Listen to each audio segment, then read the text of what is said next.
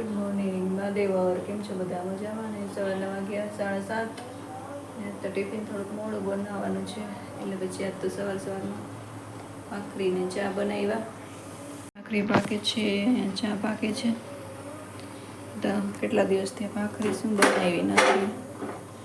સવારમાં ટિફિન બનાવવાનું હોય, હેતને સ્કૂલે મૂકવાનું હોય, કાં રોટલી ને કાં પરોઠા પછી બનાવી નાખું. ભાખરી હમણાં કેટલા દિવસથી બનાવી નથી, તો મેં કીધું આજ તો ભાખરીને ચા નાસ્તામાં કરીએ, એટલા માટે આજે ભાખરી બનાવી.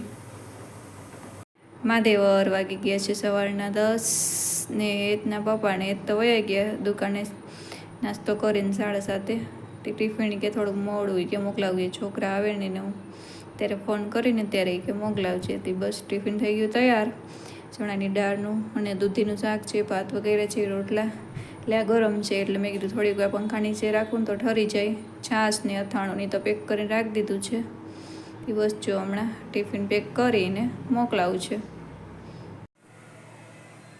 રોંઢાના વાગી ગયા છે 4 ને બસ જો હમણાં ઉઠીને ચા પીધું અને બસ પોતા કર્યા. તો પોતા કરવાનો રહી ગયા તો બપોરે બસ હમણાં પોતા કર્યા. થોડી વાર થઈને તમારો હેતે દુકાને ગયો તો દુકાનથી વયો ગયો છે ઘરમાં દાદા આગળ.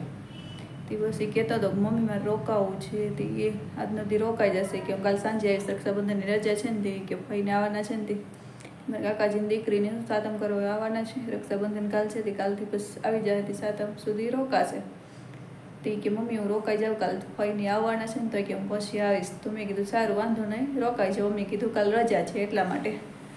બસ જો ચા પાણી પી લીધા, પોતા કરી લીધા. હજી ખીચડીને ભરાવી છે, ચોખા ચારવા છે, રોંઢાનું થોડું ઘણું કામ છે કરવાનું, લસણ ફોલું છે. તે બસ જો એવું બધું કરવું છે.